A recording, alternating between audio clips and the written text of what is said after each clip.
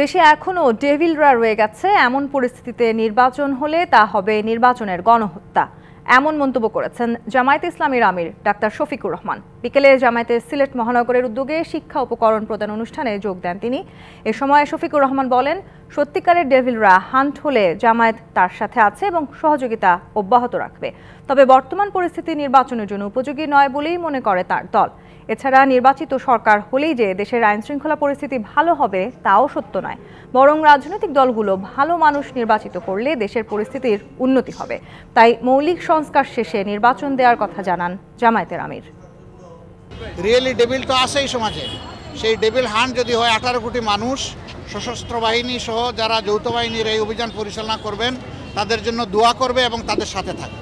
মৌলিক কিছু সংস্কার করতে হবে, না করলে সুষ্ঠু নির্বাচন করা সম্ভব না। এই অবস্থায় যদি একটা নির্বাচন দেওয়া হয়, এটা নির্বাচনের জেনোসাইড, নির্বাচন গণহত্যা হবে। আমরা এটা চাই না।